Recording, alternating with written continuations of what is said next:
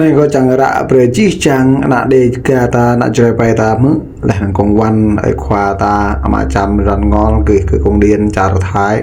Ngày 29 tháng 10 năm 2025 kính gửi Chính phủ Hoàng gia Thái Lan và Bộ Nội vụ, Cơ quan Di trú Thái Lan kính chào. Tôi là mục sư Ngon Ralan, đại diện cho giáo Blung Hơ Lao, nhà thờ Cơ đốc giáo đầu tiên tại Charlotte, Bắc Carolina, Hoa Kỳ. Tôi hợp tác chặt chẽ với các tổ chức và nhà hoạt động tự do tôn giáo quốc tế để hỗ trợ sự an toàn và nhân quyền của người thượng. Tôi viết thư này với lòng kính trọng sâu sắc để yêu cầu trả tự do cho 53 người thượng đã bị giam giữ tại Thái Lan vào ngày 29 tháng 10 năm 2025. Những người này đã trốn khỏi Việt Nam do sự đàn áp tôn giáo nghiêm trọng nhắm vào những người thượng theo Cơ đốc giáo. Mục đích duy nhất của họ là sống trong hòa bình, tự do thờ phượng và mang lại một tương lai an toàn cho gia đình. Sau khi trốn khỏi Việt Nam, họ đã tìm kiếm sự an toàn ở Campuchia, tuy nhiên, họ không được chào đón ở đó và buộc phải tiếp tục chạy trốn để tìm kiếm sự bảo vệ. Thái Lan đã trở thành nơi ẩn náu cuối cùng của họ. Vậy mà giờ đây họ lại phải đối mặt với việc bị giam giữ một lần nữa. Tôi thành khẩn đề nghị chính quyền Thái Lan xem xét hoàn cảnh khó khăn của họ. Những người này không còn nơi nào khác để đi. Họ không tìm cách gây hại hay vi phạm luật pháp Thái Lan. Họ chỉ đơn giản mong muốn được sống tự do, làm việc và sinh tồn mà không sợ bị bức hại.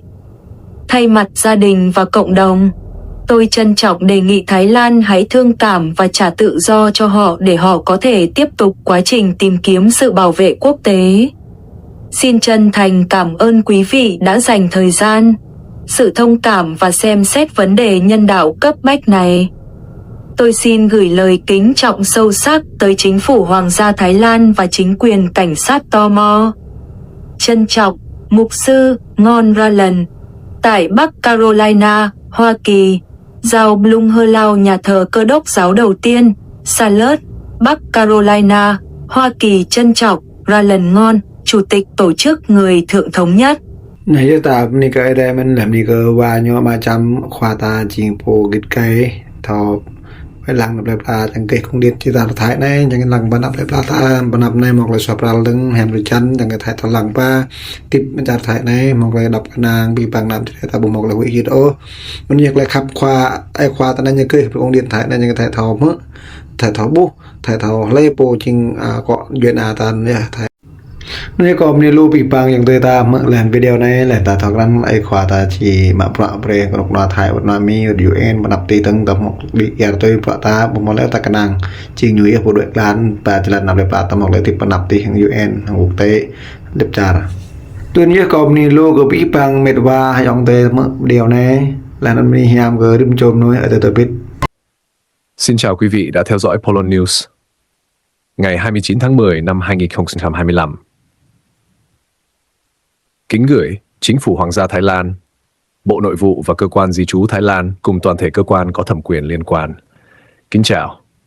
Tôi là mục sư Ngon Ralan, đại diện cho đạo Blung Hơ Lao, nhà thờ Cơ đốc giáo đầu tiên của cộng đồng người thượng tại Charlotte, Bắc Carolina, Hoa Kỳ.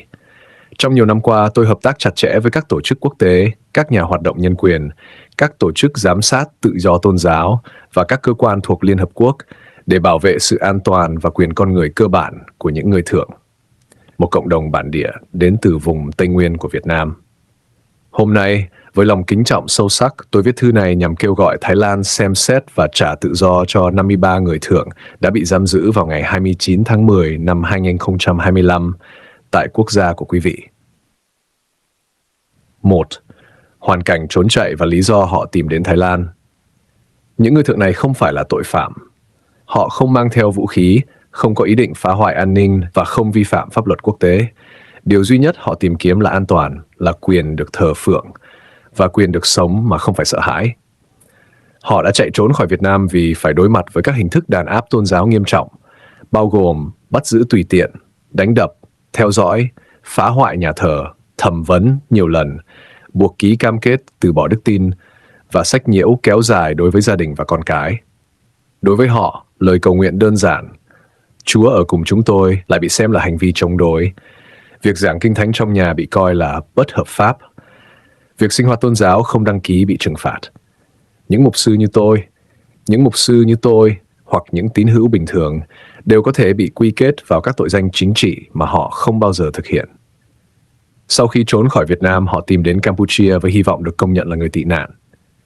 Nhưng tại đó, họ cũng không được chào đón và không có sự bảo vệ mà luật pháp quốc tế quy định. Họ buộc phải tiếp tục di chuyển. Nhiều người phải đi bộ qua rừng, mang trẻ nhỏ trên lưng, đối mặt với bệnh tật, đói khát và nguy hiểm trên từng đoạn đường. Đối với họ, Thái Lan là điểm đến cuối cùng, là nơi có hy vọng cuối cùng để được nộp đơn xin bảo vệ quốc tế, tìm kiếm quy chế tị nạn và mong chờ một cuộc sống mới trong an toàn và tự do. Thế nhưng, thay vì được bảo vệ, họ lại bị bắt giữ. 2. Lời kêu gọi nhân đạo. Thưa quý chính phủ Hoàng gia Thái Lan, tôi hiểu rằng luật di trú của quý quốc cần được thực thi đầy đủ và nghiêm minh. Tôi hiểu rằng quốc gia nào cũng có quyền bảo vệ biên giới và chủ quyền, nhưng tôi tin rằng Thái Lan, một quốc gia đã nhiều lần đóng vai trò là nơi trú ẩn nhân đạo trong khu vực, sẽ không bỏ qua hoàn cảnh đặc biệt và tuyệt vọng của nhóm người này. Những người thượng đang bị giam giữ, không có nơi nào để trở về, không thể quay lại Việt Nam vì sẽ đối diện nguy cơ bắt bớ, tra tấn hoặc mất tích, và cũng không còn con đường nào khác để tiếp tục xin bảo vệ nếu họ vẫn bị giam giữ. Họ không yêu cầu đặc quyền. Họ chỉ xin một cơ hội được sống đúng với phẩm giá của con người. Thay mặt cho gia đình họ, những người đang khóc, lo lắng và chờ đợi tin từng giờ, tôi tha thiết đề nghị Thái Lan hãy trả tự do ngay lập tức và vô điều kiện cho 53 người thượng đang bị giam giữ. Cho phép họ tiếp tục tiến trình xin quy chế tị nạn quốc tế theo Công ước năm 1951 và nguyên tắc không trục xuất, refoulement. Đảm bảo rằng không ai trong số họ bị cưỡng bức hồi hương về Việt Nam. 3. Phản hồi và tiếng nói từ cộng đồng quốc tế. Ngay sau khi thông tin về vụ bắt giữ lan truyền, cộng đồng quốc tế đã bày tỏ quan ngại sâu sắc. Đặc biệt, tổ chức HRF, Human Rights Foundation, đã đưa ra tuyên bố chính thức như sau. Open quote, HRF đã nêu lên những lo ngại của chúng tôi trên các nền tảng mạng xã hội và trang web liên quan đến việc Thái Lan bắt giữ người tị nạn người thượng bản địa Việt Nam, bao gồm cả những người đã được UNHCR bảo vệ. Chúng tôi kêu gọi các quan chức Thái Lan ngay lập tức và vô điều kiện trả tự do cho những người bị giam giữ và hoàn toàn tuân thủ nguyên tắc không trục xuất. Close quote. HRF cũng bày tỏ mong muốn được nhận cập nhật liên tục và hỗ trợ các nỗ lực vận động bổ sung để đảm bảo rằng tình hình được xử lý một cách nhân đạo, đúng pháp luật quốc tế và tôn trọng phẩm giá con người. Ngoài HRF, nhiều tổ chức nhân quyền, luật sư quốc tế, nghị sĩ Hoa Kỳ và đại diện Liên Hợp Quốc đang theo dõi sát sao vụ việc này. 4. Thông điệp cuối cùng. Thưa quý chính phủ Hoàng gia Thái Lan, tôi tin rằng lịch sử của Thái Lan đã chứng minh rằng đất nước quý vị là biểu tượng của lòng nhân ái và là điểm tựa của hy vọng cho những người không còn nơi nào để đi. Nhiều cộng đồng tị nạn tại Thái Lan đã tìm được nơi trú ẩn trong giai đoạn khó khăn nhất của họ. Và tôi tin rằng điều đó sẽ tiếp tục với nhóm người thượng đang chờ đợi phán quyết hôm nay. Họ không phải là tội phạm. Họ là nạn nhân của sự đàn áp. Họ là những người đang tìm sự sống.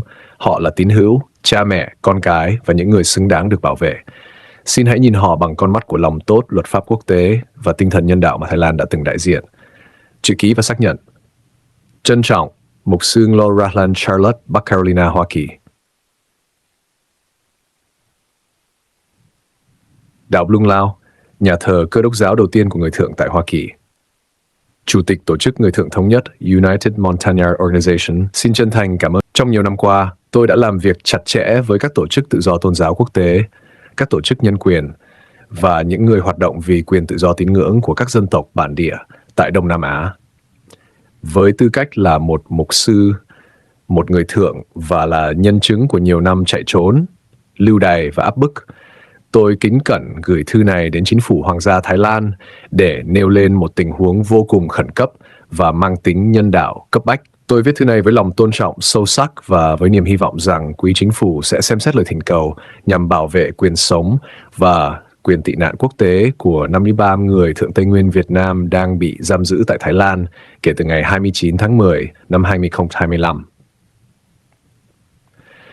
Đây không phải là lần đầu tiên cộng đồng người Thượng tại Thái Lan phải đối mặt với việc truy quét, bắt giữ và nguy cơ bị trục xuất.